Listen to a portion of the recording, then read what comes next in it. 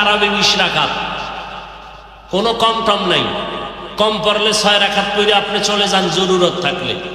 8 পড়তে হবে, এই বাধ্যতামূলক কোনো ওয়াদা কসম টসম খাইয়েন না। এরপরও যদি আপনার কোনো কলিজার কেউ ফতুয়া দিয়া পেশ ফালাইয়া দেয়, আপনি তাকে সোজা সিরাতুল মুস্তাকিমের একটা জবাব দিবেন, মেনে নিলাম তোমার 8 রাকাত, তারাবি 8ই পড়লাম, ঠিক আছে, বাকি 12 রাকাত পড়ব নফলের নিয়তে, কারণ রমাজানে একটা নফলের দাম ফরজের সমান, ছাড়ব না। এইবার 8 রাকাত ওয়ালাদের আর কোনো শক্তি থাকবে না আপনাকে কিছু বলা। ঠিক আছে, 8 রাকাতই তারাবি মেনে নিলাম, বাকি 12 রাকাত পড়ব নফল নিয়তে। রমাজানে নফলের দাম ফরজের সমান, এই সুযোগ বাকি 11 মাসে পাবো না। আগামী রমাজান আসবে কি আসবে না জানি না, আমি বেঁচে থাকবো কিনা তার গ্যারান্টি নাই। অতএব এইবার সুযোগ পেয়েছি, ছাড়বো না। কারণ 20 রাকাত নামাজে একদার পারা কোরআন শরীফ হাফেজ সাহেব শোনায়, এত মজার তেলাওয়াত, আলাদা কইরা শোনার আমার টাইম নেই। অতএব আমি এই রমাজানে তারাবি ছাড়বো না। কেউ যদি পেছে ফেলায় তাকে আমি সোজা বলবো, 8 রাকাত তারাবি মেনে নিলাম, বাকি 12 রাকাত আমি পড়বই। কি হিসাবে? নফল। এরপরও যদি কারো অন্তর বাঁকা থাকে, বুঝতে হবে আল্লাহর সাথে তার মোহাব্বতের পার্সেন্ট 0। তারাবি হবে মসজিদে, তারাবি হবে জামাতে, তারাবি হবে 20 রাকাত। সিদ্ধান্ত ওমর দিলেন, সেদিন থেকে তারাবি চালু হলো, মসজিদে জামাতে 20 রাকাত, পুরা রমাজান না 3 দিন, কথা কয় না। নবী তারাবি পড়ছেন কয়দিন? 3 দিন। জীবনে কয়বার? একবার। প্রথম 10 দিন না শেষের 10 দিন? শেষের 10 দিনের 3 দিন নবী তারাবি পড়ছেন, জীবনে একবার। 20 রাকাত তারাবি চালু করলেন ওমরে ফারুক রাদিয়াল্লাহু তাআলা আনহু। ওদিন থেকে তারাবি চলতেছে জামাতের সাথে, মসজিদে 20 রাকাত, পুরা রমাজান। ওমরের দাম এতক্ষণ আলোচনায় বুঝছেন, কম না বেশি? সেই ওমরের মোহাব্বতের 20 রাকাত তারাবির আমল চলতেছে না চলতেছে না? মক্কায় চলে, মদিনায় চলে, আপনার করতে সমস্যা কেন? কেউ যদি বলে আমি ওমরকে মানি না, মদিনার নবী বলবেন আমি তোরে উম্মত বলেও মানি না, যা। যখন ওমরে ফারুক নবী বিদায় হয়ে গেলেন, আবু বকর খেলাফতে আসলেন, আবু বকর বিদায় হয়ে গেলেন, ওমরে ফারুক খেলাফতে আসলেন, এসে দেখলেন রমাজান মাস চলতেছে, তারাবির নামাজ মানুষ পড়তেছে না, একা একা পড়তেছে। কারণ নবীজি তারাবির নামাজ জীবনে পড়েন নাই। শেষবার ইন্তেকালের আগের রমাজান নবী তারাবি পড়েছেন, তাও প্রথম 10 দিনেও পড়েন নাই, মাঝখানের 10 দিনেও নবী তারাবি পড়েন নাই, পড়েছেন শেষের 10 দিনের মাত্র 3 দিন। তাও লাগাতার 3 দিন না, 23 তারিখ একদিন, 25 তারিখ একদিন, 27 তারিখ একদিন। তাও নবী একা একা পড়ছেন, পেছনে সাহাবায়ে কেরাম আসছেন। নবী বললেন জামাতে হবে না, একা একা পড়ো, ঘরে গিয়া পড়ো, মসজিদে নয়। সাহাবায়ে কেরাম চাইলেন নবীরে ইমাম বানাইয়া জামাতে তারাবি পড়বেন, নবী নিষেধ করলেন ঘরে তারাবি পড়ো, একা একা পড়ো, জামাতে নয়, মসজিদে নয়। সেখান থেকে তারাবি আর হচ্ছে না। ওমরে ফারুক আইসা সমস্ত উল্লেখযোগ্য সাহাবায়ে কেরামদের নিয়ে মিটিং করলেন। এখন নবী নাই, জিব্রাইল আর আসবে না, নবী তারাবিকে গুরুত্ব বেশি দেন নাই। কেন? যদি আল্লাহ জিব্রাইল পাঠাইয়া ফরজ বানাইয়া দেয়, উম্মতের কষ্ট হবে। এখন ওমর কয় জিব্রাইল তো আর আসবে না, অতএব আমরা বৈশা একটা পরামর্শ করে তারাবি চালু করি, করলে এটা তো আর ফরজ হবে না। জিবরাইল আইসা বললে না ফরজ হবে। এইবার পরামর্শ বিভিন্ন মতামত আসতে থাকলো, শেষ সিদ্ধান্ত হলো আল্লাহ মানুষ পাঠাইছেন ইবাদতের জন্য। ইবাদত করার মতো কিছু টাইম আছে, বরকতি টাইম, কিছু মাস আছে বরকতি মাস, কিছু রাত আছে বরকতি রাত, কিছু সময় আছে বরকতি সময়, কিছু মাস বরকতি মাস। বরকতি মাসের মধ্যে একটা মাসের নাম রমাজান। বরকতি কিছু রাত আছে, এই বরকতি রাতের মধ্যে একটা রাতের নাম কদরের রাত। বরকতি রাতের মধ্যে 12 মাসের মধ্যে রমাজানের প্রত্যেকটা রাত বরকতের রাত। রাতের মধ্যে আবার সময়ের মধ্যে কিছু সময় আছে বরকতের সময়। রমাজানের পুরো সময় বরকতের সময়।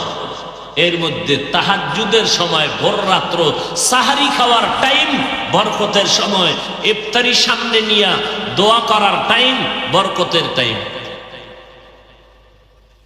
একটা নফল আমল করলে রমাজানে ফরজের সমান সওয়াব।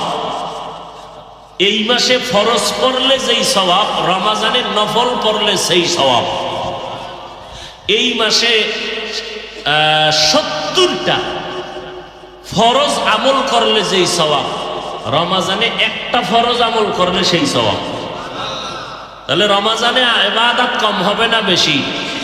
ইবাদত করবো কার? না ওমরের। তো ওমরের সাথে রাগ করিয়া আল্লাহকে সেজদা কমাইয়া দিবেন কেন?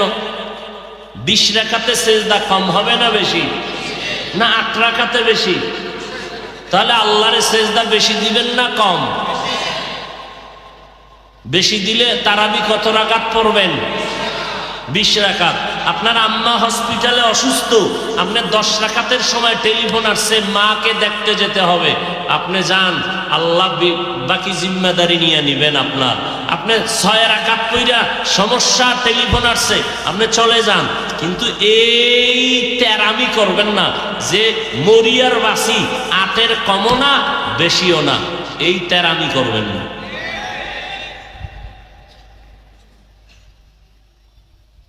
খবরদার, ওমরের সাথে রাগ করবেন কেন? ওমর তো ওই সাহাবী যেই সাহাবীর জন্য আমার নবী আশেক। মনে থাকবে ইনশাআল্লাহ।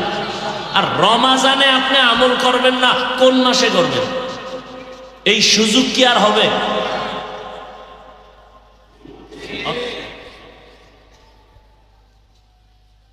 তাহলে তারাবি রমাজানের বড় এক আমল।